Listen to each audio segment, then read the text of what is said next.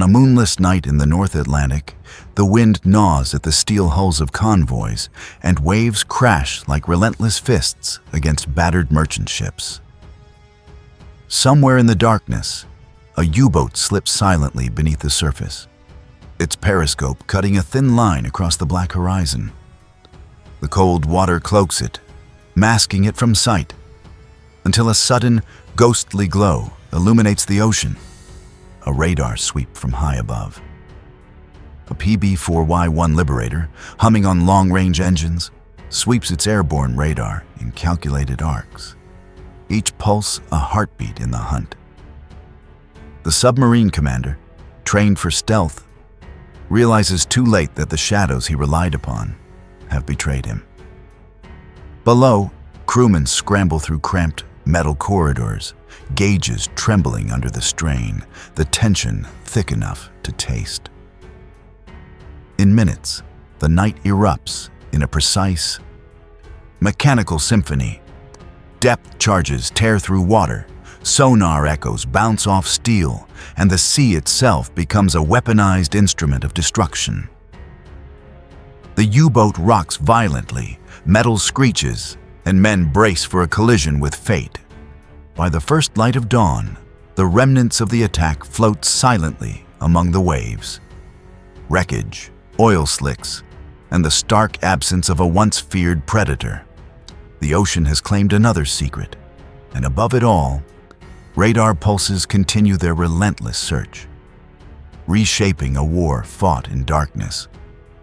In the early months of 1943, the Battle of the Atlantic had reached a fevered pitch. German U-boats prowled the shipping lanes from Norway to the Gulf of St. Lawrence, striking with deadly precision at convoys laden with vital supplies for Britain. The Kriegsmarine had refined its wolfpack tactics. Groups of submarines coordinated attacks under strict radio discipline, shadowing Allied convoys across thousands of miles of open ocean. At the same time, the Allies faced a logistical nightmare. Convoys of freighters, slow and heavily laden, were vulnerable to nighttime attacks. Escort vessels, including corvettes and destroyers, struggled to maintain radar contact over vast stretches of water, often forced to rely on visual sightings or the intermittent blips of primitive ASDIC sonar. Losses were mounting. In January alone, 180 ships were sunk in the Atlantic, and morale among merchant crews faltered as tales of sudden attacks and vanished escorts spread. Across the Atlantic, the strategic situation was dire, but not hopeless. The United States had recently entered the war in full, and its industrial capacity offered hope of reversing the tide. Aircraft carriers and long-range patrol bombers were being pressed into service, their missions extending into the mid-Atlantic gap that had previously been unreachable. Engineers worked feverishly to equip planes with new radar technology capable of detecting the sleek, low-profile silhouettes of U-boats at night. Naval intelligence, relying on decrypted Enigma communications, began mapping the preferred routes and attack patterns of wolf packs. By combining electronic surveillance with improved convoy escort tactics, the Allies were poised to challenge the U-boat menace in a manner previously thought impossible. Every shipment of food, fuel, and munitions became a test of coordination and endurance, with weather, technology, and human skill intertwined in a battle as much of intellect as of steel. By mid-1943, the Atlantic was a theater defined by both vast distances and technological innovation.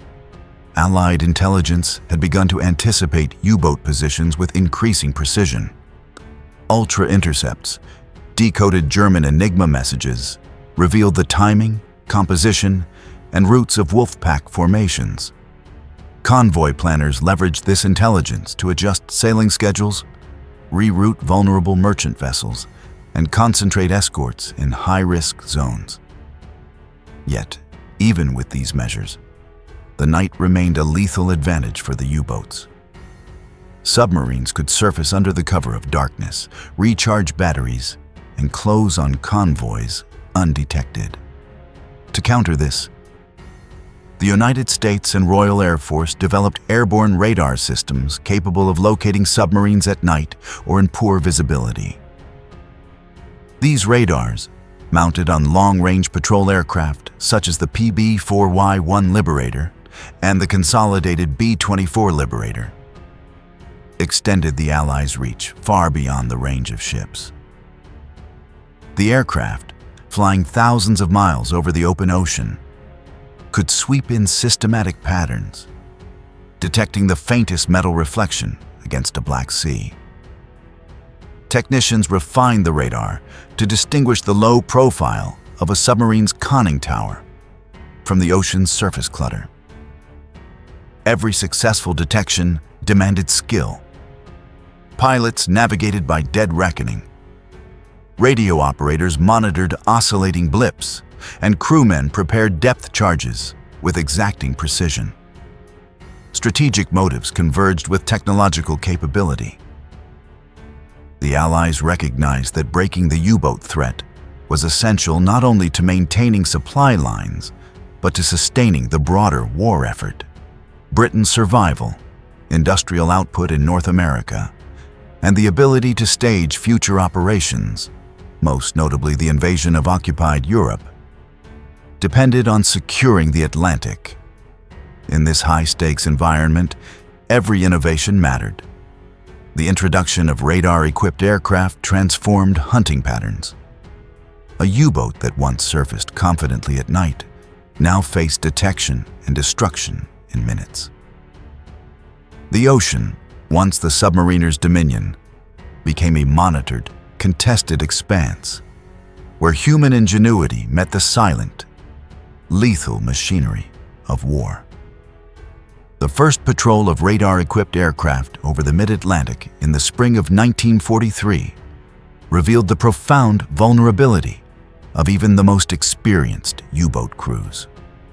For men like Oberleutnant Heinrich Müller aboard U-615, the night had once been an ally. Submerged by day and surfacing under darkness to recharge batteries, the submarine could shadow convoys with near impunity. Now, every night brought the distant hum of aircraft engines and the intermittent glow of radar pulses scanning the waves. Crewmen, accustomed to routine, felt the tension rise with each oscillation on the operator's screen. Depth gauges were checked obsessively, torpedo tubes primed with a nervous precision. The psychological strain was compounded by the knowledge that a single successful detection could mean catastrophic damage in seconds. From a tactical standpoint, the integration of radar with long-range patrol bombers fundamentally altered engagement strategies. Convoy commanders coordinated with air patrol sectors to close previously unprotected gaps in coverage. Once a radar blip indicated a surfaced submarine, aircraft would descend in calculated patterns, approaching silently, guided by both instruments and experience. Depth charges, calibrated to detonate at precise depths, were released in coordinated runs that accounted for drift, current, and target speed. The U-boat's evasive maneuvers, dive, course changes, or abrupt surfacing were often anticipated, the result of painstaking study of Kriegsmarine operating manuals and patrol reports. Engagements became a deadly dance of prediction, technology, and timing. Logistical considerations were equally critical. Radar-equipped aircraft required significant support. Maintenance crews worked around the clock to ensure the delicate electronics remained functional in salt spray and sub-zero temperatures. Fuel planning was meticulous. Planes operated near the limits of range to patrol the mid-Atlantic gap. Intelligence updates were disseminated through secure channels, enabling commanders to vector patrols to high-probability intercept zones. Every factor, weather, cloud cover, sea state, aircraft endurance, radar reliability, was part of a complex equation that determined life or death for hundreds of men at sea. Command decisions reflected this evolving landscape. Admirals and group captains began to prioritize air coverage, often rerouting convoys or delaying sailings to synchronize with aircraft patrol windows. Risk assessments now included not just the number and speed of escorts, but the presence of radar-equipped aircraft overhead. Enemy countermeasures emerged in response. U-boats experimented with radar-absorbent coatings, altered surfacing schedules, and decoy vessels.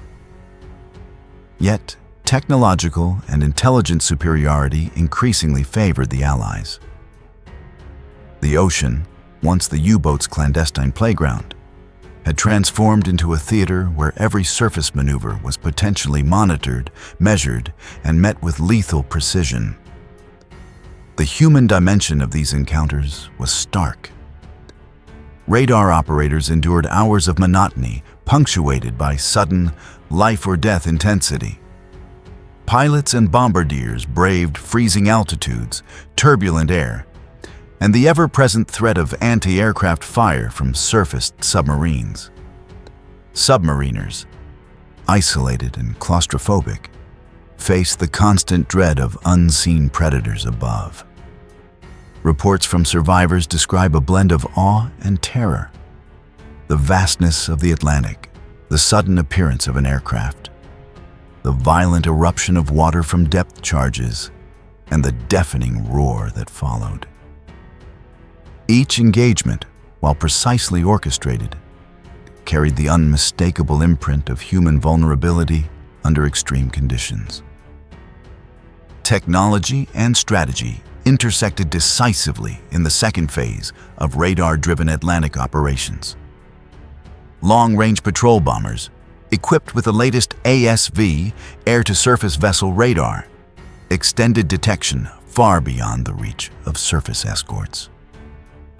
Each sweep of the radar antenna translated into actionable intelligence.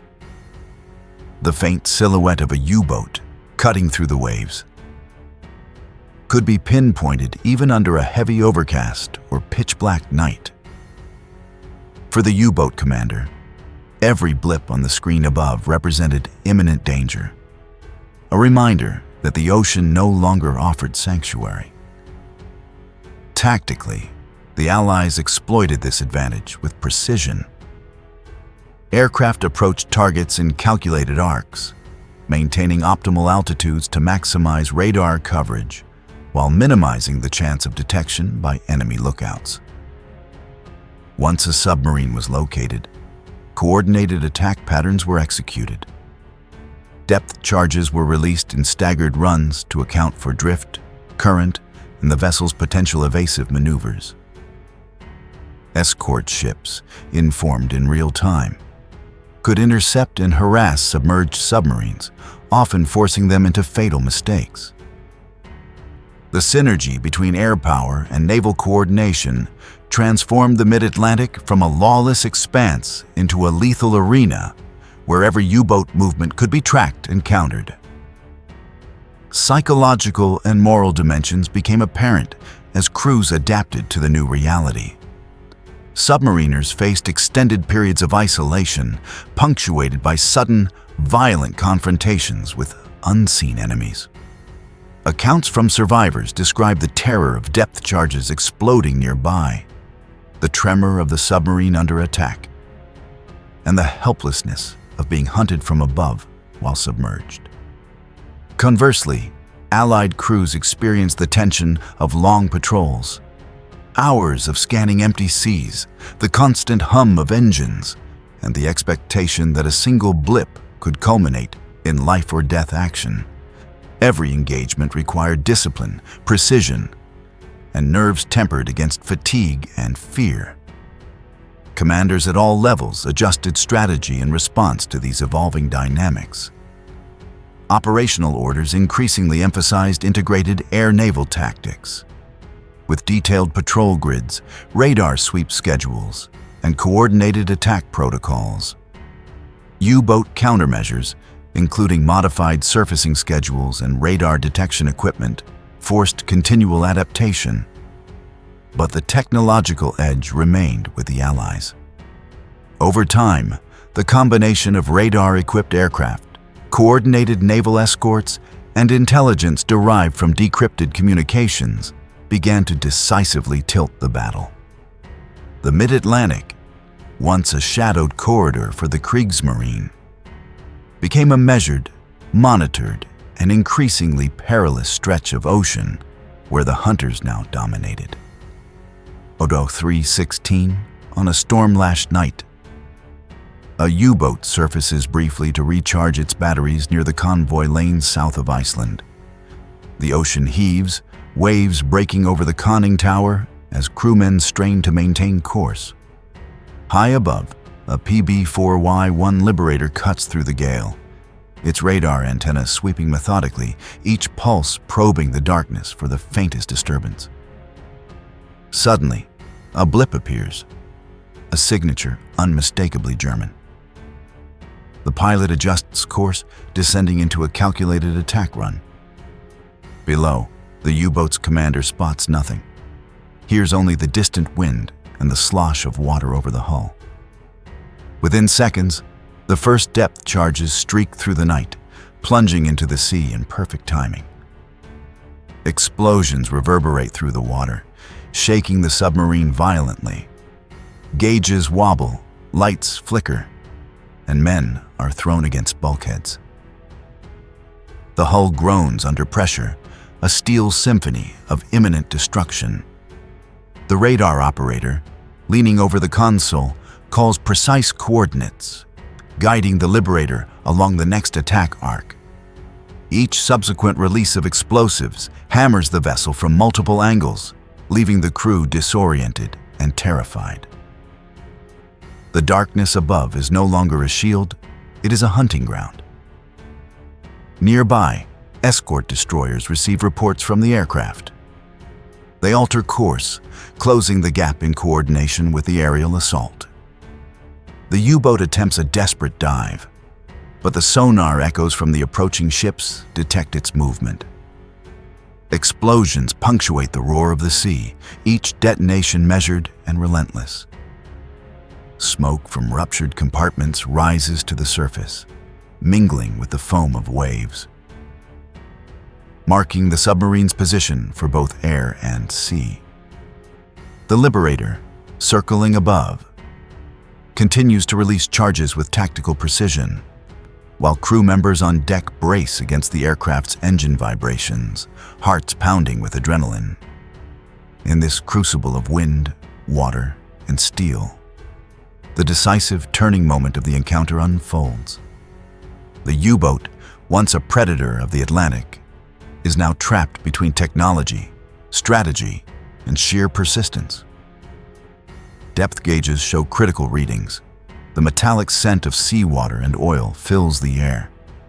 Seconds stretch into eternity as the vessel's integrity falters under sustained assault. Above, the radar pulses continue, unrelenting, ensuring that escape is impossible.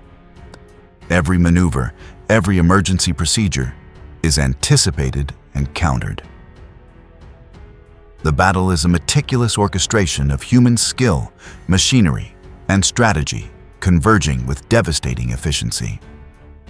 The U-boat struggles to regain control as the relentless barrage continues. Water floods compartments, and the vessel lists under the strain. Crewmen fight to secure hatches, to stabilize the ship, but the Liberator's radar-guided attacks leave no margin for error. Each depth charge explodes with pinpoint accuracy, compressing the water around the hull into a lethal cage. The sonar echoes from nearby destroyers confirm the submarine's position, allowing them to close in with torpedoes and gunfire. The U-boat's options shrink with every passing second. Evasion is no longer a possibility. Above the waves, the Liberator circles with methodical precision, guided by radar operators tracking minute movements beneath the surface. calculations are exact.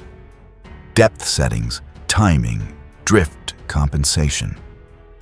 The crew releases another pattern of depth charges, and the U-boat shudders violently. Metal plates buckle, and a hiss of escaping air bubbles to the surface. From inside, muffled alarms and shouted orders mix with the roar of explosions and the relentless pounding of the sea against the hull. The crew's discipline is tested to its limits as they attempt last-ditch maneuvers, each movement constrained by physics, water pressure, and the ever-present threat above. In minutes, the submarine is disabled. Oil slicks and debris begin to rise, marking the tragic end of a vessel that once haunted convoys across the Atlantic. Survivors cling to what remains, drifting in the frigid waters under the dim light of a rising moon. The combination of radar, coordinated air-sea tactics, and precise execution has transformed the outcome. Above, the Liberator maintains a vigilant orbit until all signs of activity cease, ensuring no remnant of the threat remains. This single encounter exemplifies the turning point in the Battle of the Atlantic. Night no longer guarantees safety, and technology has decisively shifted the balance. Commanders on both sides take stock. Allied officers document the engagement meticulously, noting the effectiveness of radar integration, attack coordination, and the psychological impact on crews. Kriegsmarine reports register another loss, another gap in their once dominant patrol lines, prompting tactical reassessments. The psychological weight is profound. Submariners recognize that stealth is no longer assured, while Allied crews gain confidence in a system capable of extending their reach far beyond traditional limits. The ocean has been remapped, its rules rewritten by radar-guided air power and the unyielding application of strategic precision. The immediate consequences of radar-equipped aircraft attacks were stark and undeniable.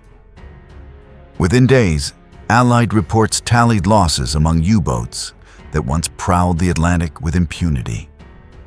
Entire wolf packs found their carefully plotted ambushes disrupted, submarines destroyed before they could reach convoys, and survivors forced into treacherous lifeboats under freezing, unforgiving conditions. Accounts from rescued crews describe a mixture of disbelief and despair. Men who had once considered night their ally now faced the harsh reality of relentless detection. Oil slicks, floating debris, and the silence of the empty ocean became grim markers of the new reality.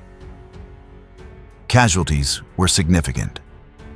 Between March and June 1943, nearly 40 German submarines were sunk in the mid-Atlantic, often within hours of being detected by radar-equipped patrol aircraft.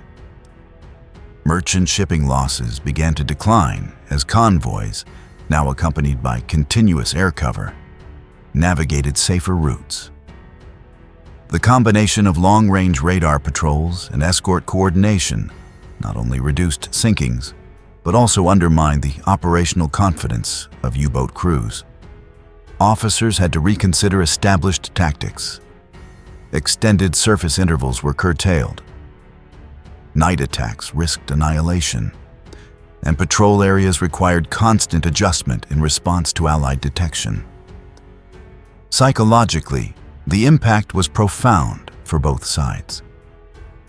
Allied air crews endured grueling patrols over vast, storm-lashed seas. Yet, each successful engagement reinforced morale and a sense of mastery over previously uncontrollable waters. Radar operators, pilots, and bombardiers became highly specialized assets, their skill sets central to the survival of convoys. For the Kriegsmarine, the sudden, technologically enhanced threat introduced pervasive anxiety.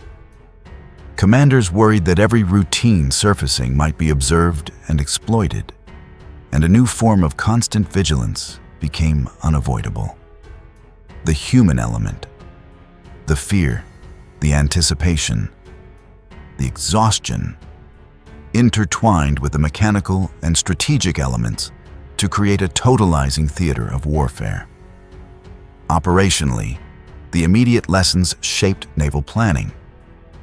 Air patrol schedules were standardized, radar coverage extended, and anti-submarine tactics codified into formal doctrine. Ships carried additional supplies to account for longer convoy durations dictated by adjusted routing.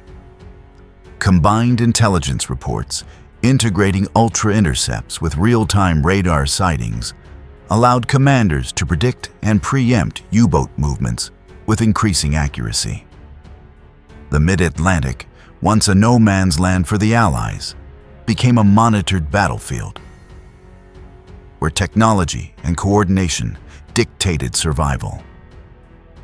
These initial successes set the stage for the broader collapse of Germany's submarine offensive later that year, marking a decisive shift in the Battle of the Atlantic. The long-term consequences of radar-equipped aerial patrols extended far beyond immediate sinkings.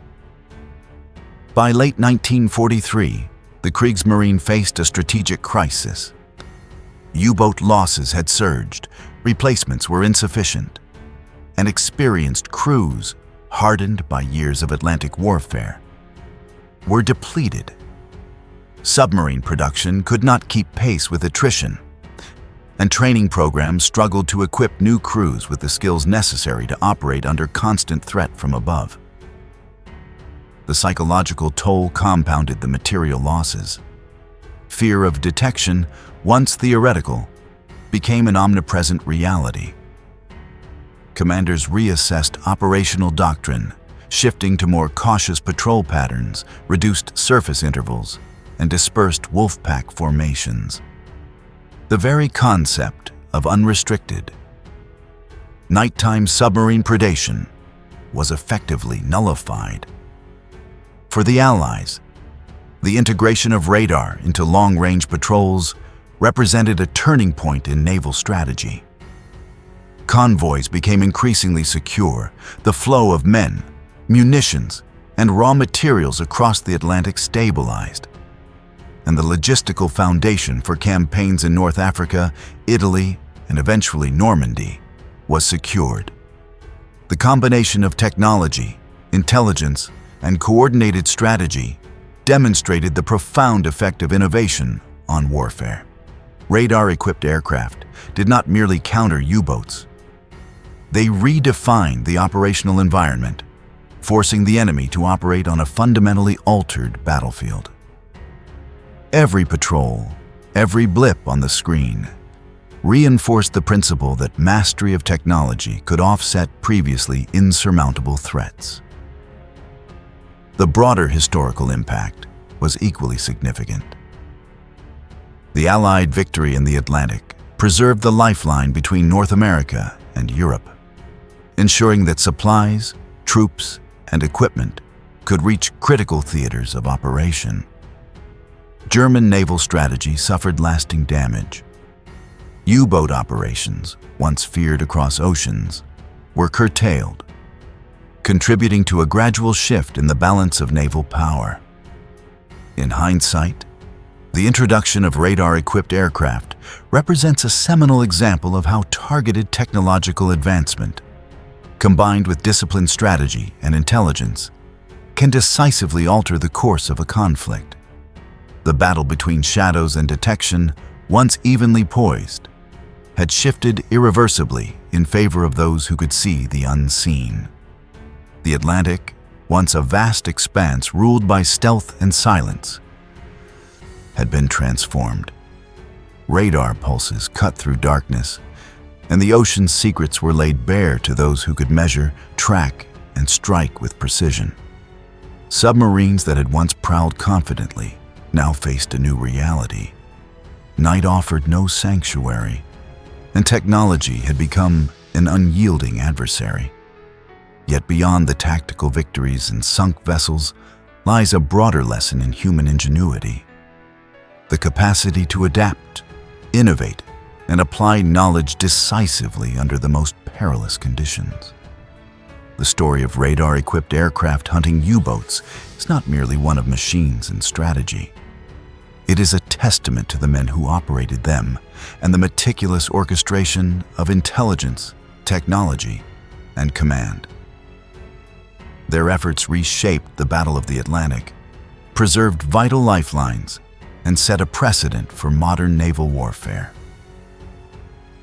In the interplay of shadow and detection, of fear and discipline, the human and the mechanical converged, leaving a legacy that echoes beyond the war itself.